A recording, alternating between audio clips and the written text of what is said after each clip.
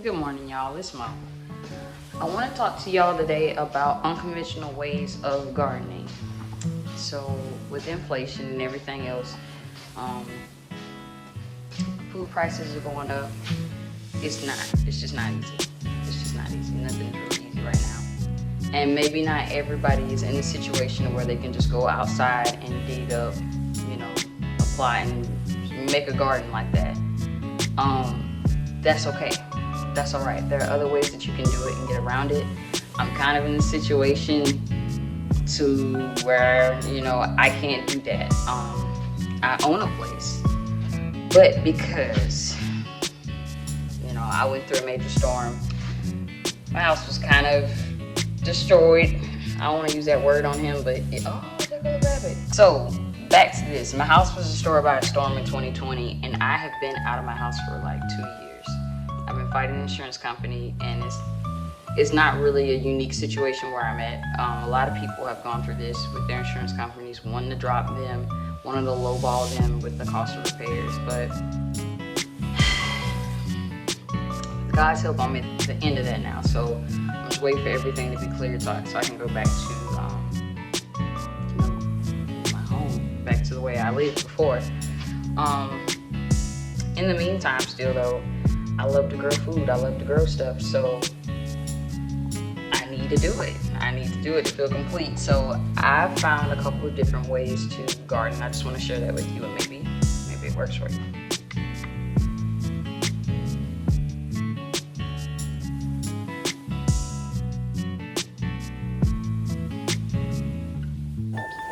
All right, so number one would be potting. Potting is actually really good. When you pot something, it's easier to control what's in the soil. It's easier for you to maintain it, pruning and all that, keeping pests out and all that good stuff. So I actually started these before I left, before the storm. So this is a big, giant cluster of tomatoes. I just went and I kind of staked them up a little bit. They got flowers in there. Let's see here. So yeah, it's just a regular storage tote. I drilled holes in it, and there it is. It's like my own little raised bed. All right, look at Mr. Bumblebee. Look at him. He's so friendly. This one is for my cucumbers. So this year, I was finally successful. I got one before any little squirrel or whatever could come and get it. Look at him. Oh, I'm leaving. Bumblebee gets real possessive. But I have little cucumbers. There's one starting right there. Here's one right here. I've got little cucumbers all over the place. So same thing. There's one right there. Same thing. Storage container converted to like a raised bed. And I can prune it, stake it up. I've actually had to take these inside because of the heat, because cucumbers, they're a little tender, they're a little temperamental. I've got a cantaloupe right here. So she is spreading out of the pot. That's cool. I've got a bell pepper. Grew this from seeds from a bell pepper that I bought from the grocery store. You see she's got like little buds all over the place. This is just a recycled container from a tree that I bought, and this is a old skillet. So with the holes, the water fills up. It's kind of like one of those, I don't have a word right now, it's a little early, but you understand. I've got my fig tree right here. This is Frankie Figs. He's got one of those self-watering things right here. This is the first tree I ever bought. This is Berry. I named him after my nephew. He's a Meyer lemon. He's been through it because over the 2 years, he's been a little neglected. He hasn't been pruned or fertilized as much, but he coming back. He doing a little something for me. Same thing, self-watering pot. This is Sharita. She's an Alberta peach. She's my brother's tree. She doesn't have a self-watering pot, but we put all types of stuff in there to help her retain her moisture. Another one, the stackable flower pot. So you may see these as green stalk planters. I think that's one of the major brands, but I got this one at Sam's. This right here would be great for someone who didn't have a lot of space outside, or even if you live in like an apartment complex where they don't want you to have stuff outside. Yes, some people like that. I don't know why. But these, I think the first stack got up to maybe like, what, 4 feet off of the ground. I got my thing right there, I ain't put it together yet. But you can buy more and you can stack them as high as possible. If you're in an apartment, you could have it stacked up pretty high and just have it like near a window so it can get some light. But you can grow all types of stuff like greens and herbs and things like that. Anything that you can grow yourself that's essential to cut down on cost. I got this one at Sam's for $34, I think, a couple months ago. Maybe lower now that the season's going out. Okay, the other thing is kiddie pools. So you can get a pretty big one, or you can just get a little one. Same thing as like a the container. It's early. I'm sorry, my coffee's right here. I need it. Drill a couple holes in there. I've seen people grow strawberries in the kiddie pools because, you know, they spread a little bit. They're also perennial, so you might want to snatch some up even if you don't get a harvest this year, even if it's too late. I'm gonna start some kale and some spinach and some, even though I am planning to put an Inground Garden in.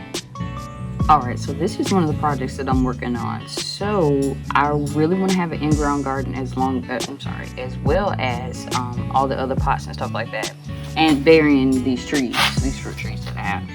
So I got this carport shelter from Walmart. I think it's $119. What I'm gonna do is have my brothers put it up in my yard, and then on the sides I'm gonna put in some cattle panel. I believe that's what I want to call it. It's like the cattle panel, but it's, you know, I want the one with the smaller little, you know what I'm saying. Cause I gotta block the rabbit out because I'll be growing a lot of greens in there, a lot of different kales, the dino kale, all the different. I think I have like maybe 4 different variations of kale because I really like kale, and sweet potatoes in the ground. And I want to be able to keep him out, but this is just going to be like my own little take on a hoop house or a high tunnel. However, this is just another idea. If you have the space, you can kind of, you know, put it together, make your own.